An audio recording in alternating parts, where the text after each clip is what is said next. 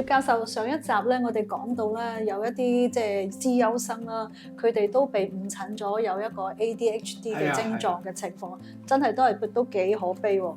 咁其實 ADHD 係咪真正存在嘅咧？嗱，你而家講起咧，我就諗起一位美國好出名嘅多動症可以叫大師啊。因為佢睇咗多動症大概50年，做過個案咧係3000幾個，咁其實個量好多。咁最後喺2014年咧，佢退休啦嚇，咁可能係退休先夠膽寫呢啲書，寫咗本驚世巨著，英文就係 ADHD Does Not Exist。專作呢本書一出嘅時候咧就轟動望界。咁與其我代佢講説話，不如我直接係翻譯佢書裏邊一啲説話俾大家聽啦嚇。咁而呢啲説話本身係英文嚟嘅，我哋翻譯咗做中文嚇。咁大家留心聽，我照讀下。佢係咁講嘅嚇。如今第5版 DSM 只需要出現18種可能症狀嚇。其實5種可以獲得 ADHD 嘅訓練。如果你還沒有看到嗰個列表，請找尋，它可能會打擾你。即係好似我哋上堂講，我們有多少人會聲稱在組織上有困難或者容易失去東西呢？我們經常健忘、分心，未能注意細節。根據呢啲主觀標準咧，整個美國人口都可能符合資格嘅 ADHD。我們都經歷過呢一時刻，並且在某程度上是人類狀態的正常組成部分。呢個就啱啱係同我頭先講呢個其實係一種異象嚟嘅，唔係症狀添咁啊。繼續講啦。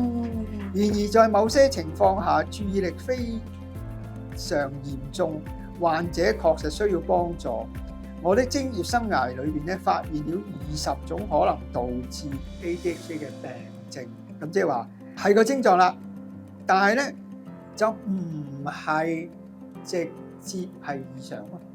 咁阿 Richard Shaw 繼續話，每種病症都需要不同的治療方法，其中包括睡眠障礙啦、未確診嘅視力聽力問題啦、藥物濫用，尤其是大麻同酒精啦，都會令到人嘅專注力係減少。除呢啲之外咧，身體可能係鐵質唔夠啦，或者係有過敏症啦，或者有躁鬱症咧，同埋重性抑鬱同埋強迫症咧，甚至閱讀障礙咧嚇，其實都會導致同多動症出現嘅症狀一樣嚇。咁呢個唔係我講嘅，係 Richard Shaw 講嘅嚇。任何有呢啲問題都符合 DSM 嘅 ADHD 標準啦，但係興奮劑咧唔係治療呢啲問題嘅方法。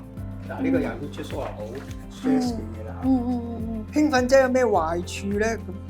你可能會想知道佢哋似乎幫咗好多人，係咩？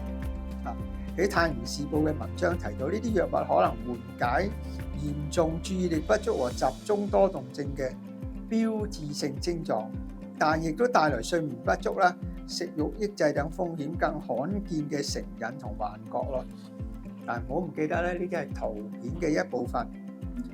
首先，興奮劑成癮並不罕見，而且很常見，因為這些藥物嘅成癮性咧係顯而易見嘅，即係話食咗利他靈之外咧，等於食冰毒一樣咧，係好容易有成癮啦。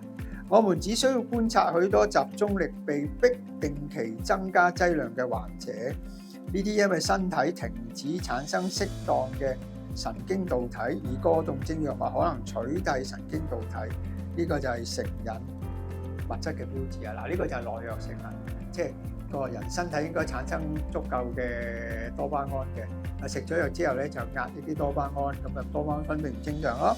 而多動症嘅藥物可以取代神經導體咧，係成癮嘅標誌嚟嘅。我擔心如果冇咗呢種藥物咧，一代嘅美國人將冇辦法集中注意力咧。大型製藥公司唔係咁擔心，係可以理解。即係你上幾集講到就係同嗰個藥廠性啊嗰啲經濟都會有關係係咪？係啦，咁啊其次 Richard Shaw 繼續講啦嚇。其次大部分人都有意識到多動症藥物有好多副作用啦，焦慮增加啦，情緒躁鬱同埋憂鬱啊。嗱，呢度留意啦，頭先講緊咧係多動症係焦慮同抑鬱有關噶嘛。咁呢度即係話咧食得多動症嘅藥咧，亦都會產生翻多動症。嗯，因為產生個焦慮同抑鬱啊嘛，咁呢個係惡性循環啦。食慾抑制導致體重嚴重減輕咧，甚至有自殺嘅可能。亦都有啲鮮為人知嘅後果喎。許多服用興奮劑嘅患者在服用時咧出現勃起功能障礙啦。嚇，咁所以佢主要嘅觀點咧有3方面嘅。我哋要去統結咧。第一，多動症嘅診斷好鬆散，將一般人集中嘅正常狀態，亦都包括在內咯。就第二，喺診斷中咧，多動症病發嘅因素咧係冇辦法好多時去證明真係多動症，其實同其他嘅濫藥、情緒病同埋其他身體環境造成。第三，多動症嘅刺激性藥物咧，害處多於利處嚇。咁所以頭先我哋讀咗個2014年喺《時代》雜誌發揮嘅相關文章咧，我哋就會知道嘅情況啦嚇。咁所以經歷過50年3000幾個個案嘅治療嘅經驗之後咧，呢位大師咧係好坦白同埋好語重心長咧嚇，為多動症背後嘅醫藥界同埋藥廠嘅霸權，係提出一個新嘅反思。呢個係好值得我哋專業人士咧去睇嘅。咁如果大家有機會去睇睇嗰本書咧，有中文譯本嘅《多動症是否真正存在》。而嗰本書裏邊咧，我睇過，我又非常之佩服呢位大師咧。佢唔係憑空講，每個多動症症狀背後非多動症嘅原因咧，佢都有案例數據去跟佢講。所以佢呢本書一出嘅時候咧，其實對多動症整個學界嘅影響係好重。咁自此之後咧，就分成2個大學派，一啲覺得真正存在，一啲覺得唔真正存在。其實個爭辯到而家都好激烈。咁你諗下，作為一個專業人士，作為一個家長，你唔擁抱呢種爭論咧，其實我估你對多動症嘅認識係好片面嘅。而咁片面嘅認識，又唔認識個負面嘅情況咧，其實對家長同埋對服用長期藥物嘅朋友咧，我估係一個好唔公道嘅對待。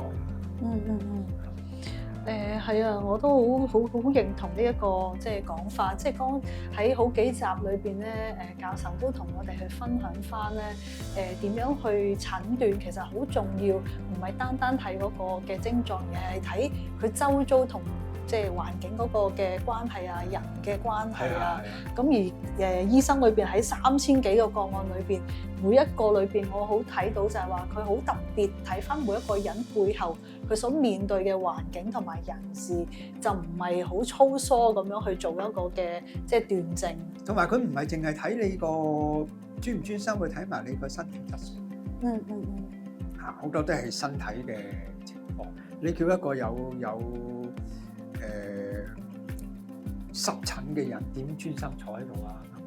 係流鼻血嘅人點即係坐喺度啊？咁頭先上嗰幾日好清楚解釋，焦慮、創傷同埋抑鬱都會導致佢唔專心咯。即係仲有好深一層裏邊嘅一啲心理因素，各方面嘅嘢。係實在好難得，即係喺呢幾節裏邊，唔知各位觀眾嘅朋友有冇即係感受到，即係多動症裏邊嗰個嘅唔係一個好表面嘅一種嘅症狀，或者我哋好快就講得係一種異常嘅表現。其實我哋真係好需要去關心翻嗰個當事人裏邊嘅一啲嘅處境同埋環境裏邊事物嘅發生。如果照多動症嘅思維，我諗跟住我可以去好多種多動症嘅，叫做家庭多動症啊。職業多動症咁變咗全人類都要食利他靈㗎啦，真係唔講得笑啊！咁喺下一節咧，我哋係最後一節啦，我哋係會同大家介紹下，輕輕介紹一下咧多動症個喺臨床裏邊嘅心理社會因素大概有幾多種啦，同埋咧係應該點樣去做一個社會心理治療。好，咁我哋下一集再見啦。好。